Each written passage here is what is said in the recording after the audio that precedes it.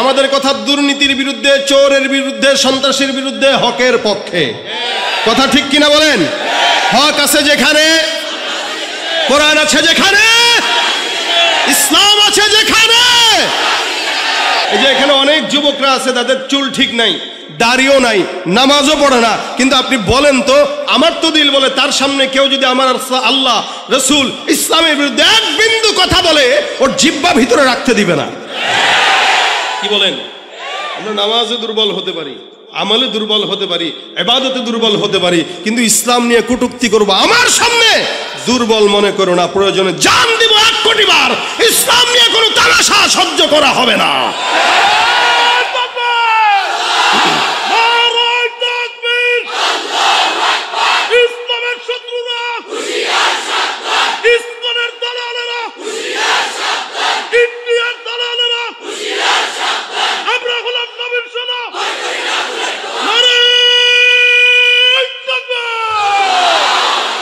এটাই আমাদের পুঁজি। কি বলেন? অস্ত্রও নাই, ক্ষমতাও নাই, তবে পুঁজি আছে, সেটা ইমানের পুঁজি। এই ইমানের পুঁজি যাদের থাকবে, বিজয় তাদেরই হবে। ঠিক কিনা? সুতরাং দুনিয়ার কোনো মানুষের পিছনে আর দৌড়ানোর দরকার নাই। অনেক দেখেছি, 16 বছর দেখেছি, হয়তো আবার সামনে কেউ আসলে তাদেরকেও দেখবেন, শান্তি কোনো জায়গায় পাবেন না। কারণ যারা আসবে, যারা যাবে, সবাই একই। আল্লাহর ইসলাম ছাড়া, নবীর সুন্নাহ ছাড়া, শরীয়ত ছাড়া, খেলাফত ছাড়া শান্তি এদেশে আশা করা সম্ভব নয়, সম্ভব নয়। যাদের হাতে যায় ক্ষমতা, দেশ যেন বাপের ভিটা, রাখতে চেয়ার শুরু করে বিদেশিদের পাচাটা। বিদেশিদের কথা মতো চালায় ওরা নিজের দেশ। দেখতে দেখতে গোল্লায় গেল আমার সোনার মুখস্থ সব। দেখতে দেখতে গোল্লায় গেল, দেখতে দেখতে গোল্লায় গেল, একে একে শেষ করেছি, সবার দেখা হইল শেষ। দেখতে দেখতে গোল্লায় গেল আমার, কেউ দিল না সবাই নিল, আমরা যে কলুর বলদ, সারা বছর নেয় না খবর, নির্বাচনে খুব দরদ। কেউ দিল না সবাই নিল, আমরা যে কলুর বলদ, সারা বছর নেয় না খবর, নির্বাচনে খুব দরদ। নির্বাচনের আগে নেতায় ধরে কত রকম বেশ, নির্বাচনের আগে নেতায় ধরে কত রকম বেশ। দেখতে দেখতে গোল্লায় গেল, দেখতে দেখতে গোল্লায় গেল, একে একে শেষ করেছি, সবার দেখা হইল শেষ। দেখতে দেখতে গোল্লায় গেল আমার সোনার বাংলাদেশ। দেখতে দেখতে গোল্লায় গেল। দেখার আর দরকার? অনেক দেখছি। স্বাধীনতার পর থেকে 50 বছরের উপরে আমরা দেখছি। এবার একটাবার আপনারা একটু দেখেন। কথা কয় না? আমরা তো অনেক দেখলাম, এবার আপনাদের দেখা উচিত। কি বলেন? ঠিক না? ওলামা একরামদের কাছে দেশ দিয়ে একটু দেখেন যে পারে কিনা। টুপিওয়ালা, দাড়িওয়ালা, আল্লাহওয়ালা ইমানদারদের কাছে দেশ দিয়ে দেখেন একটু পারে কিনা। ইনশাআল্লাহ এদেশে যদি ইসলামী আইন আসতো, যারা ওপারে চলে গিয়েছে একজনও হাত পা নিয়ে যেতে পারতো না, এবং যারা আসবে এরাও কখনো ভয় করতো না যে সরকার 5 কোটি দিলে 3 কোটি মারা লাগবে, এই আশা করতে পারতো না। কেন? ইসলামের আইন হলো, কেউ যদি চুরি করে হাত। সুতরাং শান্তি পেতে গেলে ইসলাম ছাড়া কোনো গতি। আল্লাহ ইসলামের দেশ দান করুন। ভাইরা আমার, আমি যেটা বলছিলাম, এই দুনিয়াতে মানুষ তার নেতাকে যতটুকু ফলো করে, পীরকে যতটুকু ফলো করে, মা বাবাকে যতটুকু মানে, এতটুকুনের অর্ধেক যদি আমার আল্লাহকে মানতো, মানুষ জান্নাতি হয়ে যেত। মানে তো নাই, বরঞ্চ কথা বলে যে আমার গুনাহ নাই। অধিকাংশ মানুষ গুনাহ করার পরে তার ইহসাস হয় না, চিন্তাও করে না যে মাফ চাইতে হবে। যার চিন্তা নয় তার তাওবা নসিব হয় না, আর যার চিন্তা আছে একদিন না একদিন তাওবা নসিব হয়। অথচ হযরত ওমর ফারুক নিজে পেরেশানিতে পড়ে গেছেন যে আমার নামটা কি মুমিনের খাতায় নাকি মুনাফিকের খাতায়। ওমর রাদিয়াল্লাহু তাআলা আনহু ভাবতেন মাঝে মাঝে, যার কারণে হযরত হুযায়ফা ইবনুল ইয়ামানের কাছে আল্লাহ রাসূল সাল্লাল্লাহু আলাইহি ওয়াসাল্লাম কে মুনাফিক, এই লিস্টটি হুযায়ফার কাছে ছিল। সমস্ত মুনাফিকের লিস্টটি ছিল হুযায়ফার কাছে। তো হযরত আমিরুল মুমিনিন একদিন হুযায়ফা ইবনুল ইয়ামানের কাছে জিজ্ঞাসা করলেন, এ হুযায়ফা, দেখো তো আমি ওমরের নামটাও তোমার লিস্টের খাতায় আছে কিনা। তোমার খাতায় যে লিস্টটি আছে এই জায়গায় আমি ওমরের নামটা আছে কিনা দেখো। ইসলামের দ্বিতীয় খলিফা, যার ব্যাপারে রাসূল সাল্লাল্লাহু আলাইহি ওয়াসাল্লাম বলেছেন আমার পরে যদি কোনো নবী আসতো সে হয়তো কে, এই ওমর বলতেছেন, দেখো আমার নামটা ওখানে আছে কিনা। হুযায়ফা ডাক দিয়া বলেন, আমিরুল মুমিনিন, আল্লাহর রাসূল সাল্লাল্লাহু আলাইহি ওয়াসাল্লামের তরফ থেকে নিষেধ, কার নাম কোন জায়গায় বলা যাবে না। আমিরুল মুমিনিন কিচ্ছু বলেন না, সোজা সুজি বাসার মধ্যে চলে যায়। একদিন, 2 দিন, 3 দিন হয়ে গেল, চোখের মধ্যে ঘুম আসে না। আমিরুল মুমিনিন টেনশন করে আর বারবার চিন্তা করে, ওমরের নামটা যদি মুনাফিকের খাতায় থাকে জাহান্নাম ছাড়া কোনো উপায় নাই। গভীর রাতের মধ্যে হযরত আমিরুল মুমিনিন হুযায়ফার বাসার দরজায় যায় ডাক দিয়া বলে, হুযায়ফা, আমি ওমর তোমার কাছে একটা প্রশ্নের জবাব জানার জন্য আসলাম, বলো দেখি প্রশ্নের জবাবটা আমার কাছে দিবা। আমিরুল মুমিনিনকে দেখে হুযায়ফা ডাক দিয়া বলেন, হ্যাঁ আমিরুল মুমিনিন, আপনার মতো একজন সাহাবী আমার দরজায় চলে আসলেন, দরকারও ছিল না। আপনি একবারের জন্য খবর যদি দিতেন আমি আপনার দরবারে চলে যেতাম, কিন্তু গভীর রাতে আসলেন। বলেন তো দেখি আপনার আমার কাছে কোন প্রশ্ন আছে, আমি আপনাকে জবাব দিব। আমিরুল মুমিনিন ডাক দিয়া বলে, হুযায়ফা বলো, আমি ওমর যদি জমিন থেকে বিদায় হই তুমি আমার লাশের জানাজার নামাজটা পড়বা কিনা। আমিরুল মুমিনিনের মতো একজন এত শানওয়ালা সাহাবী বলতেছেন, হুযায়ফা আমার ইন্তেকালের পরে আমার লাশের জানাজার নামাজটা তুমি পড়বা কিনা, কথা দাও। হুযায়ফা ডাক দিয়া বলতেছেন, কি বলতেছেন আপনি, যার ব্যাপারে আমার পয়গম্বর এত ফজিলত বর্ণনা করলেন, আপনার মতো একজন সাহাবীর লাশের জানাজা আমি হুযায়ফা পড়ব না, এটা হতে পারে না। হে আমিরুল মুমিনিন, আপনি মনে রাখবেন আপনার লাশের জানাজা আল্লাহ পাক যদি আমাকে হায়াতের মধ্যে বাঁচান, আমি অবশ্যই অবশ্যই অবশ্যই আল্লাহর কসম আপনার লাশের জানাজা পড়ে সৌভাগ্যবান হব। আমিরুল মুমিনিন এবার আল্লাহর কাছে ডাক দেয়া বলে, আল্লাহ আলহামদুলিল্লাহ, আপনার জন্য শুকরিয়া, কৃতজ্ঞতা আপনার প্রতি রব, আমার প্রশ্নের জবাব হয়ে গেছে। হুযায়ফা ডাক দেয়া বলে, হুজুর বুঝলাম না, প্রশ্ন করার আগে আপনার হালত ছিল একরকম, এখন আরেক রকম, কি কারণে আপনি গভীর রাতে আমার কাছে প্রশ্ন করার জন্য আসলেন। ওমর ডাক দেয়া বলে, হে হুযায়ফা, আমি জানি পয়গম্বরের তোমার কাছে লিস্টি দিয়েছেন কে কে মুনাফিক, কে কে ইমানদার। তুমি সেদিন আমার কাছে আমার নামটা মুনাফিকের খাতায় আছে কিনা এটা বলো নাই। আজকে আমি তোমার কাছে জিজ্ঞাসা করতে আসলাম আমার নামটা কি মুমিনের খাতায় নাকি মুনাফিকের খাতায়। আমি জানি তুমি হুযায়ফা সব যেগুলো মুনাফিক আছে একটারও লাশের জানাজা তুমি আদায় করো না। আমি জানি তুমি মুনাফিকের নামাজ পড়ো না, জানাজার নামাজ আদায় করো না। আমি ওমরের লাশের জানাজার নামাজ যেহেতু তুমি পড়বা আমার কাছে স্পষ্ট হয়ে গেল, তার মানে আমি ওমরের নামটা মুনাফিকের খাতায় নাই, মুমিনের খাতায়। আমিরুল মুমিনিনের মতো লোক পেরেশানি করে আমি মুমিন নাকি মুনাফিক টেনশন। এ ভাইরা, আর আমরা বলি আমাদের গুনাহ নাই, অথচ আল্লাহ পাক রব্বুল আলামিন নবীদেরকে মাসুম বানাইলেন। নবীরা নিষ্পাপ, সাহাবীরা নিষ্পাপ, নবীদেরকে আল্লাহ পাক রব্বুল আলামিন মাসুম বানাই দেন। সাহাবা আজমাইনদের যদিও কিছু ভুল হয়ে গেছে আল্লাহ ওগুলা মাফ করে দিয়েছেন, যার কারণে আমার আল্লাহ বলেন রাদিয়াল্লাহু আনহুম ওয়া রাদু আন, তারাও খুশি আমরাও খুশি। তার মানে যাদেরকে আল্লাহ পাক রব্বুল আলামিন সন্তুষ্টির কথা বলে দিয়েছেন প্রত্যেকটা সাহাবীকে দুনিয়ার জমিনে থাকতেই জান্নাতের সনদ দিয়েছেন, সুবহানাল্লাহ। তার মানে নবীরা কি বলেন বলেন, সাহাবা একরাম কি, রাসূল সাল্লাল্লাহু আলাইহি ওয়াসাল্লাম বলেন যারা তাবেঈ আমার সাহাবীকে যারা দেখেছে আল্লাহ পাক রব্বুল আলামিন তাদেরকেও ক্ষমা করে দিবেন। এই 3 জামানার মানুষগুলো আল্লাহ পাক রব্বুল আলামিনের দয়ায় মাফ পেয়ে যাবেন। কিন্তু ওখান থেকে নিয়ে এখনো পর্যন্ত যত মানুষ জমিনে আসবে আর যাবে ওই মানুষগুলাই আল্লাহর তত নিকটে যারা অতীতে গত হয়ে গেছে। এই কারণে আমার আল্লাহ পাক ডাক দেয়া বলেন ওয়াস-সাবিকুন আস-সাবিকুন উলাইকাল মুকাররাবুন ফি জান্নাতিন নাঈম সুল্লাতুম মিনাল আউয়ালিন ওয়া কালিলুম মিনাল আখিরিন। অতীতে যতগুলো মানুষ চলে গেছে সবগুলো মানুষ যদিও আমরা 2024 সালে এই বাংলাদেশের মধ্যে বসবাস করছি, কিন্তু মনে রাখবেন আমাদের এই দেশের কিছু কিছু মানুষ আমাদের আকাবির বুজুর্গানে দিনদেরকে গালি দিয়া বলে তারা নাকি ইসলাম বুঝে নাই। মনে রাখবেন তার কথা অনুযায়ী আমাদের আকাবির বুজুর্গানে দিনরা যদি ইসলাম নাও বুঝে আপনার কথা মতো, তারা আল্লাহর জান্নাত বুঝে জান্নাতে চলে গেছে, আর আমরা বেশি বুঝার কারণে জাহান্নামী হয়ে তারপরে মারা যাই, ঠিক কিনা?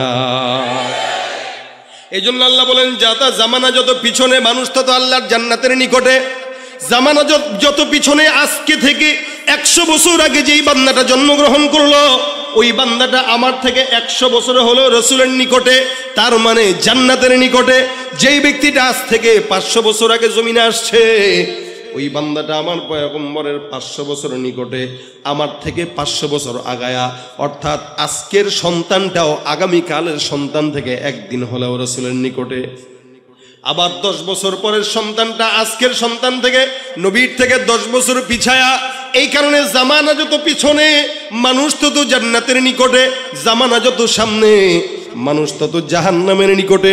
চিন্তা করে দেখেন তো, আজ থেকে 30-40 বছর আগের, 50 বছর আগের কথা যদি বলি, আমাদের এলাকায় আমরা আমাদের মাদেরকে দেখতাম, খালাদেরকে দেখতাম, রাস্তাঘাটে গ্রামগঞ্জে দেখতাম, যখন নাকি কোনো মুরব্বী মহিলা রাস্তা দিয়ে হাঁটতো, পরপুরুষ দেখার সাথে সাথে ঘন্টাটা দিয়ে কোনো বিল্ডিংয়ের আড়ালে যায় লুকায় যাইতো।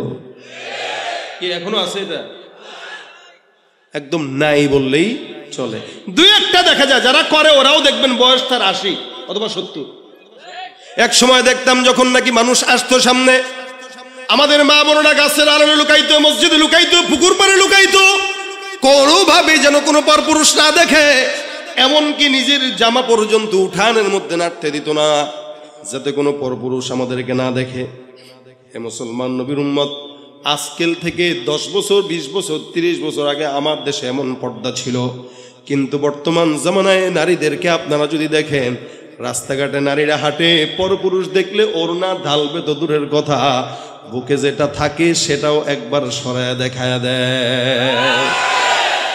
আর সব জায়গায় তো নারী আছেই, আলহামদুলিল্লাহ, ইল্লা মাশাআল্লাহ, ভালো নারী তো আছেই, তাই না? ভালো আছে, তবে খারাপের সংখ্যাই বেশি। মার্কেটে যাবেন নারী, বাজারে যাবেন নারী, সংসদেও ছিল নারী, সংসারেও নারী, সব জায়গায় নারী। আমরা ঘর জামাই হয়ে বসে আছি শ্বশুর বাড়ি, কথা ঠিক কিনা জোরে কন? আর এই নারীদেরকে, অবলা জাতিদেরকে সমান অধিকারের নামে একদল রাস্তায় নামায় দিয়েছে। এখন নারীরা আমরা নারী, আমরা সব পারি।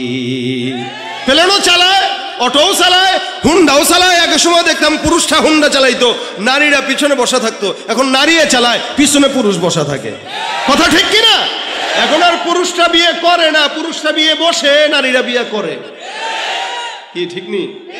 হুজুর আমি আমার জামাইরে তালাক দিছি, তালাক হয় নাই, বুঝছেন? আরে ভাই, আপনারা শুনছেন এই সমস্ত ফতোয়া ইফতা বিভাগগুলোতে আসে, নারী স্বামীরা তালাক দেয়, তার মানে নারী স্বামীরে বিয়ে করছে। যেই পুরুষে আগে বিয়ে করতো, এখন পুরুষ বিয়ে বসে, নারী বিয়ে। নারী স্বাধীনতার নামে এলো কলঙ্কের জোয়ার, নারী স্বাধীনতার নামে এলো কলঙ্কের জোয়ার, একি নারীর অধিকার কখন জানি শেষ হবে এই অশ্লীলতার। ওয়ার্ড কমিশনার থেকে ইউনিয়ন পরিষদে, ক্রমান্বয়ে দেখো রে ভাই একেবারে সংসদে, নারী থাকবে সুখের ঘরে, এত কষ্টের কি দরকার, একি নারীর অধিকার কখন জানি শেষ হবে এই অশ্লীলতার। ঠিক না? স্বাধীনতা আসলে ইসলাম নারীদেরকে সমান দিছে না বেশি দিছে? কি বলেন? বেশি দিছে না?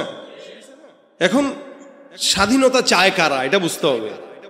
শিয়াল দেখবেন একটু চায় মুরগি একটু স্বাধীনভাবে ঘুরুক, বুঝেন নাই না? কথা বুঝেন না আপনারা? শিয়াল কি চায়? মুরগি স্বাধীনভাবে ঘুরুক। বিড়াল চায় ইলিশ মাছটা খোলাই থাকুক, ফ্রিজে না ঢুকুক, কি ঠিক না? ফ্রিজে ঢুকলে খাইতে পারবে না। শিয়ালও বুঝে যে মুরগি ঘরে থাকলে আর খাওয়া যাবে। ঠিক আমার বাংলাদেশে লুচ্চা বদমাশগুলো চায় নারীরা স্বাধীন থাকুক, ঠিক কিনা জোরে কয়? কারণ নারী যত স্বাধীন এরা তত স্বাধীন, নারী যত স্বাধীন তারাও তত। আসলে ইসলাম নারীকে স্বাধীন সমান নয়, বেশি দিয়েছে। এটা না বুঝার কারণে আমাদের নারীরা বিপদে পড়তেছে। ভাইরা আমার খুব বুঝবেন, একসময় আমাদের নারীদেরকে দেখতাম এরকম, এখনকার হাল ভিন্ন। আমি আমার নিজের ছোটবেলার কথা যদি বলি, একসময় গ্রামগঞ্জে আমরা দেখতাম আমাদের মারা, আমাদের খালারা, আমাদের বাবারা, আমাদের দাদারা সকালবেলা ঘুম থেকে জেগে সূরা ইয়াসিন তেলাওয়াত না করে কোনোদিন ঘরের কাজে হাত দিত না। বিকেলবেলা সূরা ওয়াকিয়া, রাত্রিবেলা সূরা মুলক তেলাওয়াত করত। প্রত্যেকদিন কমাস কম ৩-৪ বার তেলাওয়াত করত। ঘুম পাড়ানোর সময় লা ইলাহা ইল্লাল্লাহ জিকির করে করে আমাদের মারা আমাদেরকে ঘুম পাড়াইতো। আমার এখনো মনে আছে, সকালবেলা যখন ঘুম থেকে জাগতাম ছোটবেলায়, আমার ঘুম থেকে জাগতাম আমি আমার বাবার কণ্ঠের তেলাওয়াতের আওয়াজে। আমার বাবা আলেম না, যেমন মোহতামিম সাহেবের বাবা অনেক বড় আলেম, যার কারণে উনিও আলেম। আমার বাবা সাধারণ মানুষ, সারা জিন্দগি প্রায় 40 বছর সচিবালয়ে চাকরি করছেন। তবলিগের মেহনতের কারণে আমাকে আলেম বানাইছেন। কিন্তু আলহামদুলিল্লাহ, আমি মাঝে মাঝে বলে আমার চাইতে আমার বাবার আমল 100 গুণ বেশি। আমি ছোটবেলায় আমার বাবাকে দেখছি, এখনো পর্যন্ত দেখি 76 বছর হয়ে গেছে। 5 ওয়াক্ত নামাজ আজানের 10 মিনিট আগে মসজিদে যায়। আমার বাবা এমন একজন বান্দা, যে বান্দাটা মসজিদে সবার আগে ঢুকে, বের হয় সবার শেষে। এটা আপনার বাবার সঙ্গে আপনি মিলায় দেখেন, তার সাথে আপনার আমলের মিলবে না, সে উপরে আপনি নিচে। কারণ সে যে আমার রাসূলের জামানার নিকটে। এক সময় আমাদের ঘুম ভাঙতো, আমার ঘুম ভাঙতো আমার বাবার কোরআন তেলাওয়াতের আওয়াজে, আমার ঘুম ভাঙতো আমার মায়ের জিকিরের আওয়াজে। আর বর্তমান সন্তানদের ঘুম ভাঙে মা বাবার মোবাইল, ফেসবুক আর ইউটিউবের আওয়াজে। বাস, এত জোরে আওয়াজ দিলেন, তার মানে এটাই বাস্তব, ঠিক না? সব জায়গায় হালত এক। মাও ঘুমের আগে মোবাইল দেখে, বাবাও ঘুমের আগে মোবাইল দেখে। সন্তান তাকায় দেখে কিরে, মাও মোবাইলের দিকে, বাবাও মোবাইলের দিকে। ঘুম থেকে তাকায় দেখে মাও মোবাইল চালায়, বাবাও মোবাইল চালায়। এই কারণে 5 বছরের সন্তানটাও মোবাইলের আবদার করে বসে, ঠিক কিনা? এটা হলো জামানার পরিবর্তনের হাল। এই কারণে গুনার আসবাবে মাসিয়াটাও বেশি, এমন বেশি বেশি আসবাব, গুনাহের আসবাব। আল্লাহ পাক রব্বুল আলামিন বলে, এই জামানার মধ্যে এত গুনাহ যখন হয়ে যাবে, তখন বান্দাদেরকে আমি আল্লাহ পাক রব্বুল আলামিন একদম নিরাশ না করে বান্দাকে আমি আল্লাহ বললাম, এ বান্দা, ফাকুল তুস্তাগফিরু রাব্বাকুম ইন্নাহু কানা গফফারা। বান্দা ইস্তেগফার করো, নিশ্চয়ই আল্লাহ তিনি ক্ষমাশীল। আপনার আমার মায়ের চাইতে, বাবার চাইতে আমার প্রতি আল্লাহর ভালোবাসা বেশি না কম? এটা বেশি বলেই তো আল্লাহ পাক আমাদেরকে এখানে বসায় রাখছেন। কি বলেন? কথা বুঝে না এরা? ও ভাই, এই যে আমরা বসলাম, আল্লাহ আমাদেরকে মহব্বত না করলে আসতে পারতাম? হ্যাঁ? আতা ইবনে আবি রবাহ রাহমাতুল্লাহ আলাইহি, আপনাদের সত্য একটা কথা মনে আসছে তাই বলতেছি। আতা ইবনে আবি রবাহ বিখ্যাত একজন তাবেঈ ছিলেন। উনি একবার রাত্রিবেলা তাহাজ্জুদের সময় উঠে দেখেন উনার দাসী তাহাজ্জুদের নামাজে বসা, বসে বসে দোয়া করতেছে, আল্লাহ তুমি যে আমারে ভালোবাসো, এই বিনিময়ে আমাকে ওই জিনিসটা দাও। আল্লাহকে মুনাজাতে বলতেছে, আল্লাহ তুমি যে আমাকে ভালোবাসো, এই বিনিময়ে ওইটা দাও। এটা হলো মেয়েদের স্বভাব। দেখবেন মেয়েরা স্বামীর এই কোটের বুতাম লাগায় দিবে, পাঞ্জাবের বুতাম লাগায় দিবে, আর বলবো জান, বলে কি তুমি আমার ভালোবাসো না? বাসি তো, বাসলে আমি একটা জিনিস চামু দিবেন। চাওয়ার লেগে ভালোবাসার সঙ্গে কি মিল আছে? না বলেন না, ভালোবাসেন তো, বাসেন তো, বাসেন তো, কন না কন না। এর পোলাপান মানুষ এগুলো বুঝবে না, কারণ এগুলো অধিকাংশের বউ নাই। কি তোমরা চাও বউ হোক নাকি? বয়সও হোক। কারা কারা বিয়ে করে নাই? হাতটা তুলো দেখি। বিয়ে করে নাই কারা কারা? কারা কারা করে নাই? হ্যাঁ, এই কয়জনই? আওয়াজ হোক, নারায়ে তাকবীর। এই আওয়াজে বউ জুটবে না। লিল্লাহে তাকবীর। হ্যাঁ, এবার জুটার ইচ্ছা আছে, আশা আছে। আল্লাহ জুটায় দেখ, বয়স হইলে, এখন না। সবই বুঝে। তাই একটা বিবিদের আদত হইল স্বামীদেরকে এভাবে বাইস্ট করে, এই আপনি আমার মহব্বত করলে ওইটা দেন, ওইটা দিয়েন, ওইটা দিয়েন। আতা ইবনে আবি রবাহের দাসী বলতেছে, আল্লাহ তুমি আমার মহব্বত করো, মহব্বতের বিনিময়ে ওইটা দাও। আতা ইবনে আবি রবাহ ডাক দেয়া বলতেছেন, কি বলতেছে উল্টা পাল্টা, বরঞ্চ এই কথা বলো যে আল্লাহ আমি তোমার মহব্বত করি, এই বিনিময়ে ওইটা দাও। দাসী বলতেছে হুজুর না না না না, আমি আল্লাহরে কি মহব্বত করি, আমি আল্লাহরে ভালোবাসি না। মানে কি? আমার দিল এতটুকু, আমি কেমনে আল্লাহরে ভালোবাসবো? আর আল্লাহ পাকের দিলের সীমা নাই, তা আল্লাহর মহব্বতেরও সীমা নাই। সুবহানাল্লাহ কয় না?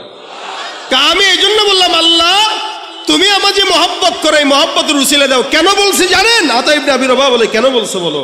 কয় যে চতুর্দিকে তাকায় দেখেন তো কত বাড়ি ঘর আছে। বলে দেখলাম প্রত্যেকটা বাড়ি ঘরের মানুষগুলো ঘুমন্ত। আল্লাহ পাক এতগুলো মানুষের মধ্যে আমাকে যে মহব্বত করেন এটার আলামত হইল আমাকে গভীর রাতে উঠায়া যায় নামাজে বসায়া তার কদমে সেজদা দেওয়াই দিয়েছেন। তা হাজার হাজার মানুষ আপনাদের তজুমুদ্দিনে আছে না? তো সবাই কি মাহফিলে আসছে? আরো অনেক মানুষ আসছে এখনো চটপটির দোকানে, এরে আল্লাহ আনছে কিন্তু ভিতরে ঢুকায় নাই। আল্লাহ কয় তোর সীমা এতটুকুই, তুই এর বেশি যেতে পারবি না। আর আপনাকে আমাকে কান ধরে যে বসাইছে আল্লাহ কয় তুই বসেই থাকবি, কারণ তোরে আমি মহব্বত করি। তা আল্লাহ আমাদের মহব্বত কতটুকুন করেন? রাসূল বলেন মহব্বত, প্যার, ভালোবাসা, মায়া, এটা যখন আল্লাহ পাক বানান 100 ভাগে ভাগ করেছেন। কয়শো? আল্লাহ নবী বলেন 100 ভাগে ভাগ করার পর 1 ভাগ মহব্বত সারা জমিনের মধ্যে আল্লাহ পাক ছড়ায় দেয়। ইনসান, জিন্নাত, ফারিস্তা, মাখলুকাত সবার মধ্যে 1 ভাগের কিঞ্চিত মহব্বত নিয়ে সন্তানের প্রতি মা বাবার মহব্বত যদি এত হয়, 1 ভাগের কিঞ্চিত মহব্বত নিয়ে বিবির প্রতি স্বামীর মহব্বত যদি এত হয়, আমার নবী বলেন বাকি থাকলো কয় ভাগ? 99 ভাগ। রসুল বলেন বাকি 99 ভাগ মহব্বত শুধুমাত্র আল্লাহ বান্দাকে ক্ষমা করার জন্য আল্লাহর দিলে রেখে দিয়েছে। তুমি পারো করতে মোচন অভাব দুঃখী লোকের, তুমি পরম মুক্তি দাতা মালিকে জগতের, তোমার কাছে চাই যে পানা, তোমার কাছে চাই যে পানা, আমরা প্রতিদিন তোমার দয়ায় পূর্ণ আমার সারা নিশিদিন। আল্লাহ তুমি দয়ার সাগর, আল্লাহ তুমি দয়ার সাগর, রহমানুর রহিম, তোমার দয়ায় পূর্ণ আমার সারা নিশিদিন। কার দয়া? এই জন্য আমার আল্লাহ পাক রব্বুল আলামিন বান্দাকে কতটুকু দয়া করেন দেখেন। কোন বান্দা যদি গুনাহ করে, ইচ্ছা যদি করে, আল্লাহ পাক রব্বুল আলামিনের কাছে তওবা করবে, আমার আল্লাহ পাক বান্দার তওবা কবুল করে নেয়। নবী করিম সাল্লাল্লাহু আলাইহি ওয়াসাল্লাম বলেন মান হাম্মা বিহাসানাতিন, কেউ যদি একটা নেকের কাজের নিয়ত করে, আমার আল্লাহ পাক রব্বুল আলামিন নেক কাজের নিয়ত করার পরে নেক কাজটা যদি নাও করে, আল্লাহ পাক ওই বান্দার আমলনামায় পরিপূর্ণ নেকের সওয়াব দান করে দেন। আল্লাহর দয়া বেশি না কম? বলেন বেশি না কম? হাদিসে চমৎকার একটা ঘটনা আছে। রাসূল করিম সাল্লাল্লাহু আলাইহি ওয়াসাল্লাম বলেন একজন বনি ইসরাইলের লোক, বনি ইসরাইলের জামানার একজন বান্দা একটা নয়, দুইটা নয়, তিনটা নয়, 99টা খুন করছে। কয়টা? 99টা খুন করার পর এই বান্দার দিলের মধ্যে আসলো আল্লাহ যদি আমাকে মাফ করে তওবা করব। খুঁজতে খুঁজতে একজন লোকের কাছে যায়, ডাক দেয়া বলে ভাই 99টা খুন করলাম, আল্লাহ পাক রব্বুল আলামিন আমাকে মাফ করবে কিনা? যেই বান্দার কাছে গেছে ওই বান্দাটা হলো আবেদ। ভাই আবেদ আর আলেম বুঝেন আপনারা? আবেদ মানে যে ইবাদতকারী, আলেম মানে যে জ্ঞানী। ইবাদতকারী একজন বান্দা আলেমের চেয়ে দামি না কম দামি? আবেদ আবেদ আবেদের দাম বেশি না আলেমের দাম বেশি? বলেন বলেন। আলেমের দাম বেশি। 1000 আবেদ একজন আলেম সমান, কারণ আবেদে ইবাদত করে না বুঝা, আর আলেমে যতটুকু করে ততটুকু বুঝে করে। এক ফিকাল আমলুল কলিল, অল্প আমল নাজাতের জন্য যথেষ্ট হয়। সুবহানাল্লাহ কয় না এরা? এই যে যারা বুঝছেন এরা কইছেন, যারা বুঝেন নাই তারা বলেন নাই কেন? বলে যে বুঝছে সে কইছে। সে বুঝছে কিভাবে? একবার সুবহানাল্লাহ বললে জান্নাতে একটা গাছ লেগে যায়। এখন যারা বলছেন একটা লেগে গেছে, এখন যারা বলছেন আরেকটা লেগে গেছে, আবার লেগে গেছে, আবার লেগে গেছে। যত বলবেন ততই। রাসূল বলেন কত বড় গাছ, একটা দ্রুতগামী ঘোড়া যদি 100 বছর দৌড়ায় এই গাছের গোড়াটাও শেষ করতে পারে না। বুঝলে ঠিকই গলা ছাড়েন, না বুঝলে ছাড়েন না, এলো বিষয়। এ আবেদের কাছে গেছে, আবেদ যে বুঝে ইবাদত করে না, না বুঝে কি করে ইবাদত করে। আমি জুমার নামাজ পড়াইতেছি এক মসজিদে, তো বয়ান যখন করতেছি হুট করে একজন লোক ঢুকছে ভিতরে, মানে পিছন থেকে মানুষের গা টপকায় টপকায় সামনের কাতারে আসছে, বুঝছেন কথা। এবার হাতে তার একটা তসবিহ, কি তসবিহ। আমি করতেছি জুমার বয়ান, ওই লোকে করতেছে জিকির, সুবহানাল্লাহ সুবহানাল্লাহ সুবহানাল্লাহ সুবহানাল্লাহ সুবহানাল্লাহ। আমি বললাম যাক মাশাআল্লাহ, অনেক বড় জাকিরিন। উঠতে বসতে কলম নড়ে, এই কারণে এনে বয়ান শুনতে বসেও কি করতেছে, জিকির করতেছে, ভালো। আচ্ছা মাশাআল্লাহ, বয়ানের হালতে সে জিকির করছে, এটা মানা যায়। আমি যখন খুতবা দিতে দাঁড়াইলাম আল্লাহর বান্দায়, তখনও তাসবিহ নিয়ে জিকির করতেছে। আচ্ছা বলেন আপনারা, খুতবা শোনা সুন্নত না নফল না ওয়াজিব? জুমার খুতবা চলাকালীন সময় আল্লাহর ফেরেশতারাও আমলের খাতা বন্ধ করে খুতবা শুনতে বসে যায়, আর ওই বান্দা তখনও কি করে, জিকির করে। আমি চিন্তা করলাম কিরে, এ তো মুশকিল। আমি খুতবার মাঝখানে তার দিকে 2 বার তাকাইলাম, যে মনে করলাম সে হয়তো বুঝা তসবিহটা রেখে দিবে। ওরে সুবহানাল্লাহ, আমি তাকাই তার তসবিহ পড়া আরো বাড়ে। ফাদলুল আলিমি আলাল আবিদি কাফাদলি আলা আদনাকুম। এটা হলো আবেদ। আবেদের কাছে গেছে, কয় হুজুর 99টা খুন করছি, আল্লাহ কি ক্ষমা করবে? কয়টা? 99টা। বাপরে বাপ, আপনার তো সাহস কম না। আপনি মনে করছেন আল্লাহ এত সস্তা? 99টা খুন করলেন, আল্লাহ আপনারা মাফ করবে? ভাগান না এখান থেকে, যান। ধমক টমক দিয়ে পাঠাই দিতেছে। এবারে তো এমনি সন্ত্রাসী, কি বলেন? 99টা খুন যে করছে ছোট সন্ত্রাসী? হ্যাঁ, কত বড় সন্ত্রাসী। পকেটে ছুরি ছিল, এ কয় আরে মোল্লা, যদি খুনের ক্ষমা নাই পাই তা তোরে রাখবো কেন, তুইও মর। চাকু নিয়ে ঢিকায় দিছে বেটার পেটে, যা। সেঞ্চুরি ছিল, এখন সেঞ্চুরি হয়ে গেছে। এবার গেছে একজন আলেমের কাছে, যে ডাক দিয়া বলে হুজুর 99টা খুন করছিলাম, একজনের কাছে গেছিলাম, সে বলে আল্লাহ নাকি ক্ষমা করবে না। মেজাজ গরম হয়ে গেছে, ওইটারও সেরে দিচ্ছি, ওইটাও শেষ, একদম 100টা পূর্ণ করে আপনার কাছে আসছি। এখন আপনি একটু বলেন আল্লাহ পাক রব্বুল আলামিন আমাকে ক্ষমা করবে কিনা।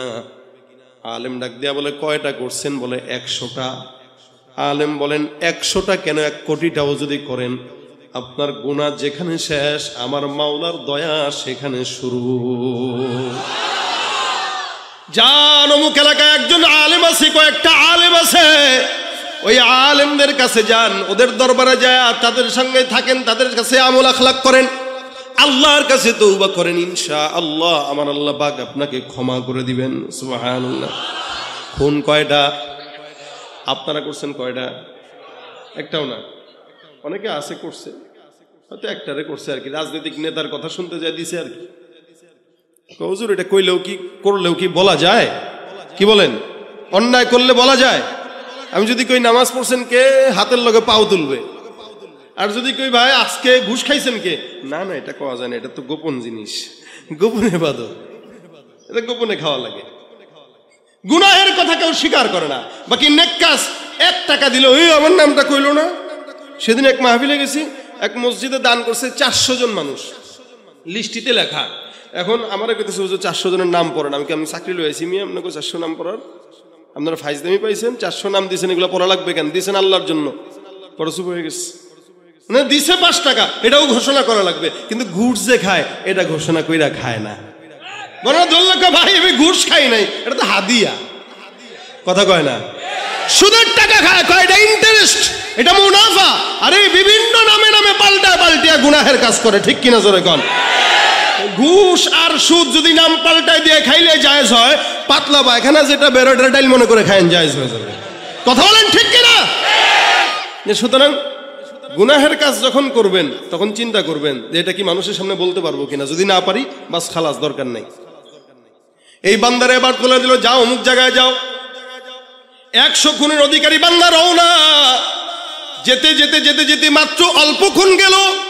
উদাহরণস্বরূপ বললাম রাস্তা 100 কিলোমিটার, 100 কিলো রাস্তার মধ্যে বান্দা মাত্র 23 কিলো অথবা 30 কিলো 40 কিলো গেল। এদিক দিয়ে আল্লাহ পাক ডাক দেয়া কয়, এ আজরাইল যাও, বান্দার হায়াত শেষ হয়ে গেছে, বান্দার হায়াতটা একটু শেষ করে নিয়ে আসো। আমার আল্লাহ পাক রব্বুল আলামিনের আদেশে বান্দার জান কবজ করা হয়ে গেল, বান্দা শেষ। এবার রহমতের ফেরেশতা, জান্নাতের ফেরেশতা, জাহান্নামের ফেরেশতা বান্দার লাশটাকে জাহান্নামে নিবে নাকি জান্নাতে নিবে, দুই দলের মধ্যে দ্বন্দ্ব লেগে গেছে। জান্নাতের ফেরেশতা কয় বান্দা জান্নাতি, জাহান্নামের ফেরেশতা কয় বান্দা জাহান্নামী।